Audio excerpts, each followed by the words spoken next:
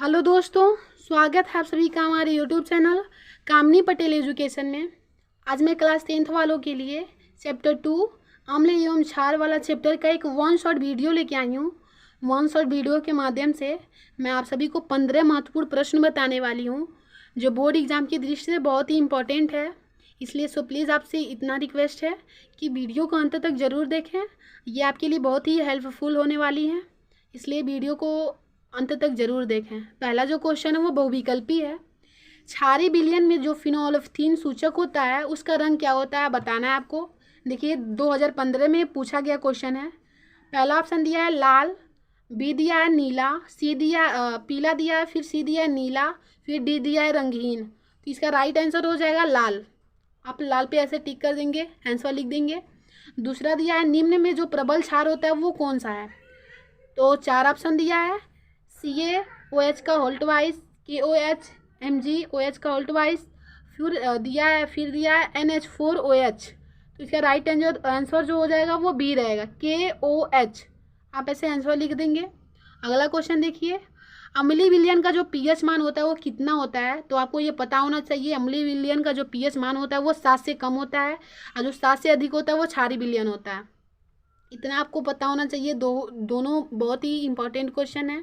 देखिए 2017 2016 दोनों में पूछा गया है, इसलिए आप इसको तैयार कर लीजिएगा। अगला क्वेश्चन है निम्नलिखित में से अम्लीय लवण है, आपको अम्लीय लवण बताना है। तो जो NaHSO4 है, बी वाला ऑप्शन वो राइट हो जाएगा। देखिए ये भी 2018 में पूछा गया प्रश्न है, इसलिए आप इसे तैयार कर लेंगे।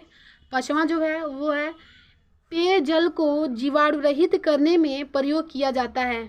पहला दिया CaOCl2 जिसे ब्लीचिंग पाउडर कहते हैं, फिर दूसरा दिया है CaCl2, फिर तीसरा ऑप्शन दिया है CuCl2, फिर चौथा जो दिया है वो CaCO3। आपका राइट आंसर जो होगा वो ए हो जाएगा। जो ब्लीचिंग पाउडर होता है वो पीने वाले पानी को जीवाणु रहित करता है। आपको ये पता होना चाहिए, बहुत इंपॉर्टेंट क्वेश्चन है। 2011 14 17 ये पूछे गए प्रश्न है, लगातार पूछे। देखिए और तो ईयर से नहीं दिया रहता है, हमेशा ये पूछे जाने वाले प्रश्न है। जरूरी नहीं है कि सारे ईयर से लिख दें, तो इसलिए आप समझ सकते हैं कितना इम्पोर्टेंट है। अगला क्वेश्चन है क्षारक के साथ जो हल्दी का रंग होता है वो कैसा होता है। तो आपको पता होना चाहिए क्षारक के साथ हल्दी का रंग भूरा लाल होता है। ऑप्शन में आप ढूंढ लेंगे, सी वाला नंबर सही हो जाएगा, भूरा लाल ऐसे टिक कर देंगे। ये भी 2019 में पूछा गया प्रश्न है। अब अगला क्वेश्चन है शुद्ध जल का जो पीएच मान होता है वो कितना होता है। ये 2019 में पूछा गया प्रश्न है। तो शुद्ध जल का जो पीएच मान होता है वो 7 होता है, आपको पता होना चाहिए, बहुत इंपॉर्टेंट प्रश्न है। अगला देखते हैं क्वेश्चन। अगला क्वेश्चन है सल्फर डाइऑक्साइड का जलीय विलयन होता है। तो सल्फर डाइऑक्साइड का जो जलीय विलयन होता है वो अम्लीय होता है, तो अम्लीय पे आप टिक कर देंगे। अगला क्वेश्चन है पीतल एवं तांबे के बर्तनों में दही एवं खट्टे पदार्थों को क्यों नहीं रखना चाहिए। ये NCERT बेस का क्वेश्चन है, NCERT का, इसलिए आप इसे ज़रूर तैयार कर लीजिएगा, इम्पोर्टेंट है। तो देखिए दही एवं खट्टे पदार्थ की जो प्रकृति होती है वो क्या होती है, अम्लीय होती है। यदि इन पदार्थों को हम पीतल एवं तांबे के बर्तन में रखते हैं तो ये धातु से अभिक्रिया करके धात्विक लवण बना लेते हैं। क्या करते हैं, धातु से क्रिया करते हैं और धात्विक लवण बना लेते हैं, जिसके कारण भोजन क्या होती है वो दूषित हो जाती है। यदि कोई व्यक्ति इस दूषित भोजन को खाता है तो वह बीमार पड़ सकता है। देखिए ये धातु के अगर पीतल या तांबे के बर्तन में रखते हैं तो ये पीतल तांबे क्या है, धातु है। तो अगर इसमें रखे जाएंगे तो ये धातु से क्रिया करके धात्विक लवण बना लेगा जो भोजन को दूषित कर देता है। अगर वो दूषित भोजन हम करते हैं तो हम बीमार पड़ सकते हैं। इसलिए आप कभी भी पीतल या तांबे के बर्तन में खट्टे पदार्थ ना रखें। अगला क्वेश्चन है शुद्ध अशुद्ध जल का जो पीएच मान होता है वो कितना होता है। तो आपको बताना रहेगा, ऐसे आंसर डाल देंगे, छोटा सा क्वेश्चन है, ओनली 7 बता देंगे। ऐसे 7 तो जो होता है शुद्ध अशुद्ध जल होता है उसका पीएच मान होता है, या फिर उदासीन विलयन का पीएच मान भी ऐसे या करके पूछ लेता है तो वो भी 7 ही होता है। देखिए लगातार बोर्ड एग्जाम में पूछे गए प्रश्न है, 2011 14 17 18 सब में पूछे गए हैं। अगला क्वेश्चन देखिए 11 नंबर, क्या होता है जब बुझा चूना क्लोरीन से अभिक्रिया करता है। तो आपको बताना होगा जो बुझा चूना है ब्लीचिंग पाउडर, देखिए क्या करता है, ब्लीचिंग पाउडर बनाता है। जब वो भुजा हुआ चूना का क्लोरीन से अभिक्रिया कराते हैं तो वो ब्लीचिंग पाउडर बनाता है। किस तरह बनाता है? रिएक्शन के माध्यम से समझिए। भुजा चूना का सूत्र जो होता है वो CaOH का होल ट्वाइस होता है। फिर ये क्लोरीन के साथ क्रिया किया तो ब्लीचिंग पाउडर बनाया। देखिए CaOCl2 जो O है यहाँ पे वो इसके साथ, ये 2O है तो एक O यहाँ आ गया Ca, फिर इसमें से एक O आया, फिर Cl2, ये यहाँ बचा O, क्या बचा यहाँ H बचा 2 और एक O बचा H2O, यहाँ पे H2, यहाँ 2 H बचा, फिर एक O बचा था तो यहाँ जल निकल गया और फिर Ca, फिर इसमें का एक O, फिर Cl2 ब्लीचिंग पाउडर। बुझा हुआ चूना आप वो देखिए, ये समीकरण संतुलित करके अगर देखेंगे तो ये सही आपको पता चल जाएगा कि सूत्र क्या बनेगा।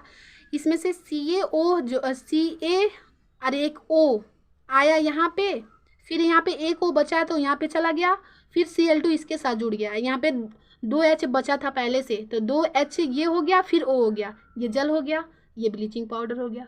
आई होप आपको ये समझ आ गया होगा। अगला क्वेश्चन देखते हैं। अगला क्वेश्चन है कि ताजे दूध के pH जो मान होता है वो 6 होता है, यदि वह दही बन जाता है तो उसका pH मान में परिवर्तन हो जाता है। तो आप समझाइए उत्तर, मतलब समझाना कि कैसे उसके pH मान में परिवर्तन हो जाता है। ये भी NCERT से क्वेश्चन है, इम्पॉर्टेंट है। तो देखिए, ताजे दूध का जो pH मान होता है वो 6 होता है, परंतु दही बन जाने पर इसके pH मान में कमी हो जाती है तथा इनकी अम्लीय प्रकृति बढ़ जाती है, जिसकी जांच हम इस तथ्य से कर सकते हैं कि ताज़ा दूध जो होता है वो मीठा होता है, परंतु जो दही होती है वो खट्टी हो जाती है। आंसर छोटा है, एक बार और समझिए पढ़ के।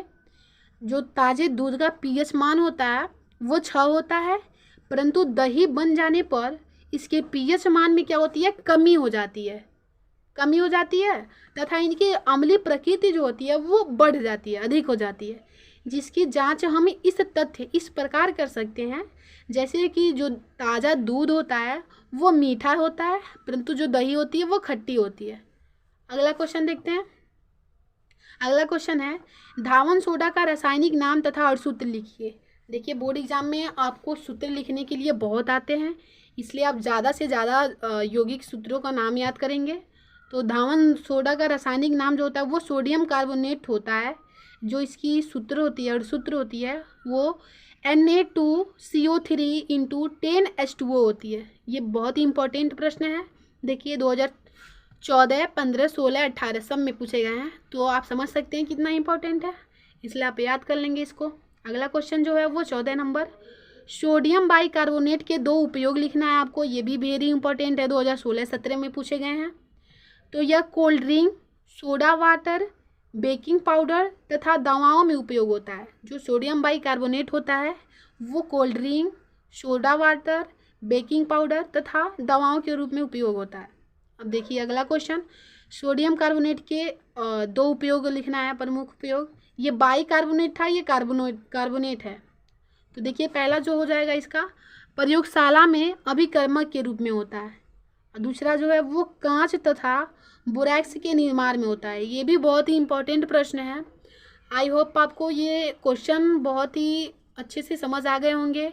आप देख सकते हैं कि लगातार पूछे गए क्वेश्चन ही हम लेके आए हैं, इसलिए आप सारे प्रश्न तैयार कर लेंगे। आपका दूसरा जो चैप्टर हम लोग छार है कंप्लीट हो जाएगा। ऐसे मैं 1 शॉर्ट वीडियो के माध्यम से आपको सारे इंपॉर्टेंट क्वेश्चन बता दूंगी चैप्टर वाइज, जिससे आपकी बहुत अच्छी तैयारी हो सकते हैं।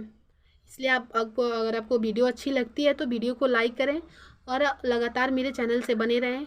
मैं वीडियो अपलोड करती रहूँगी, आप अच्छा से तैयारी करते रहिएगा। और आपको वीडियो अच्छी लगती है तो लाइक ज़रूर करें। अगर आप मेरे चैनल पे नए हैं तो प्लीज़ चैनल को सब्सक्राइब कर लीजिएगा।